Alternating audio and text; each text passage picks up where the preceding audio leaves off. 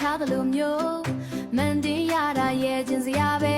တနက်ခါဖွေးသားနဲ့ပါပြင်ကအေးဆက်လို့ရင်ထဲမှာတော့နှွေအုပ်ကိုမျောနေတာငါသိတယ်နေဝင်ချိန်ကနီးမြန်းပြီးရောကြနေပြီးငှက်တွေတောင်တိုက်စီပြန်ကုန်ကြပြီလေ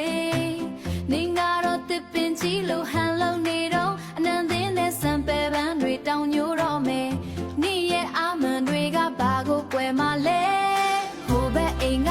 များကိုကြည်လိုက်စမ်းပါအုပ်ကလေးကြည့်ပြီးပျော်ရွှင်စင်စွာဈေးဝယ်ထွက်လို့ရွာထက်ထိတ်မှညံစီနေပြီးလူတွေကတော့ပန်းတိုင်းစီအပြိုင်ဆိုင်ပြေးကြတယ်နေငါတော့ပွဲချီစပေါ်မှာတယောက်တည်းပဲလာပလဲပြောင်းမစိုးနဲ့လူပြိုတွေကုန်တော့မယ်ခရဖီနာတတွေကဝေးရာကိုထွက်ခွာသွားပြီးလေစိတ်မှနောက်ဆုံးလေကတမဖြုတ်ခင်အမြန်လိုက်သွားဖို့မစင်စားဘူးလားဖြားလိုက်ကလေးတစ်ခုနဲ့အထီးကျန်နေတာမငြီးငွေဘူးလား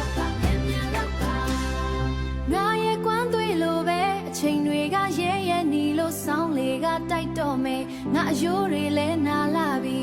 နေငါတော့ကြောက်တုံးလို့မှကြောချင်နေတော့မဟုတ်တာအတူတူရှောက်ရမယ်လမ်းကလေးတစ်ခုပါပဲလက်ချင်းတွဲပြီးအိမ်ပြန်ရတာပိုနှွေးထွေးတာပေါ့နောက်ကျနေပြီနော်နောက်ကျနေပြီဟောကြည့်